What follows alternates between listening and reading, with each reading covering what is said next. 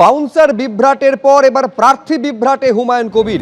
গতকাল বেলডাঙ্গায় নতুন দলের কথা ঘোষণা করে বালিগঞ্জে নিশা চট্টোপাধ্যায়কে প্রার্থী করার কথা ঘোষণা করেছিলেন। 24 ঘন্টার মধ্যে প্রার্থী প্রত্যাহার করলেন হুমায়ুন কবির। তিনি বলছেন সোশ্যাল মিডিয়ায় ওনার অঙ্গভঙ্গি ভালো নয়, বিধানসভার মতো পবিত্র জায়গায় এরা অযোগ্য।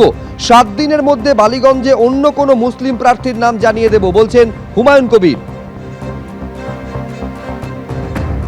প্রার্থী ডিক্লেয়ার করার আধ ঘন্টার মধ্যেই টিএমসির বিভিন্ন যে আইটি সেল বা বিভিন্ন রকম অনলাইনে যেসব ফেসবুকে না কিছু ছবি ভাইরাল হয়েছে, তাতে আমার মনে হয়েছে যে আমার শুরুটা এই ধরনের কোনো ব্যক্তিকে বিধানসভার মতো পবিত্র জায়গায় পাঠানোর জন্য বা আইন প্রণয়নকারী সদস্য হিসাবে পাঠানোর জন্য মানুষ আমাকে ভুল বুঝতে পারে।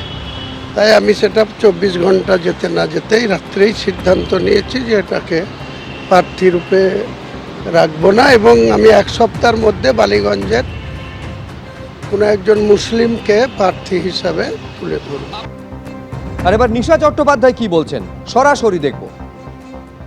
তৈরি করছিলেন পার্টি, তো উনি বলেছিলেন যে ইনি তৃণমূলে থাকে, তো আমি আমি কোনো পার্টি করি না, তো নতুন একটা পার্টি তৈরি হচ্ছে, সেই জন্য সেখানে আমাকে একটা স্টেটে রাখার জন্য সেই জায়গা দেওয়া হয়েছিল, তো সেই হিসাবেই আমি গেছিলাম, নাকি আমি কোনো বিধানসভায় লড়ার জন্য। বলছেন যে তৃণমূল কংগ্রেসের আইটি সেল তারাই প্রথমে আপনার ছবি এবং ভিডিও সেগুলোকে দিয়ে ভাইরাল করে, যাতে যেটা ওনার কাছে একটা বড় ইম্প্যাক্ট হয়েছে, যেটা দেখে উনি ভাইরালটা কি দেখা বিরোধীদের কাজ।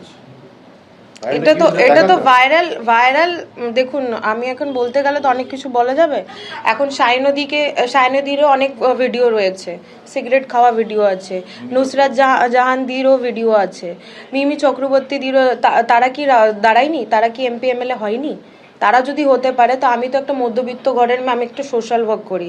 আমি হচ্ছে মানুষের দেশের যেটা ভুল হয় সেটাকে আমি ঠিকের জায়গায় রাস্তায় নিয়ে যাই, সেটা কোনো বি পার্টি হোক। যেটা ভুল তো ভুল, আর যেটা ঠিক তো ঠিক। তা সেটার জন্য যদি আমি দাঁড়াতে পারি, তা আমার উচিত যে আমি জনতার জন্য করি। সেই জন্য আমাকে পার্টি বলেছিল বলেই আমি তার জন্য গেছিলাম।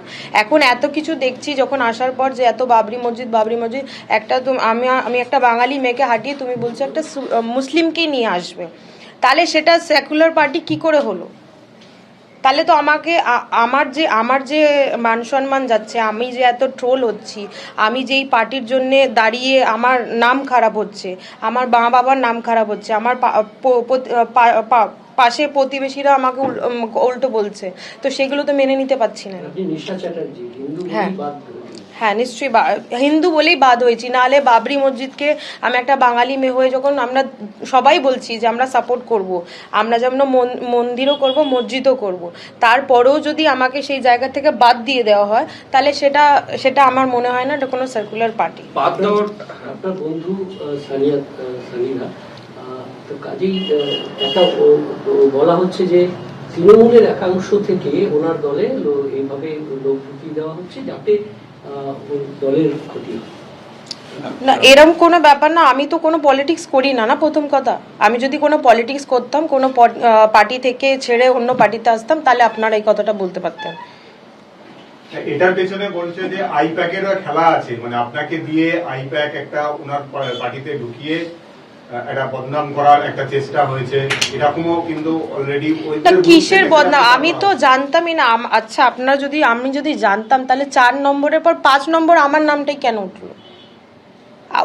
উনি তো নিজেই ডিসাইড করেছিলেন উনি 4 জনকে ডিক্লেয়ার করবে। তিনি তো 5 জনকে আমাকে হঠাৎ করে ডিক্লেয়ার করার মানেটা কি? প্রতিবাদ করলেন না কেন?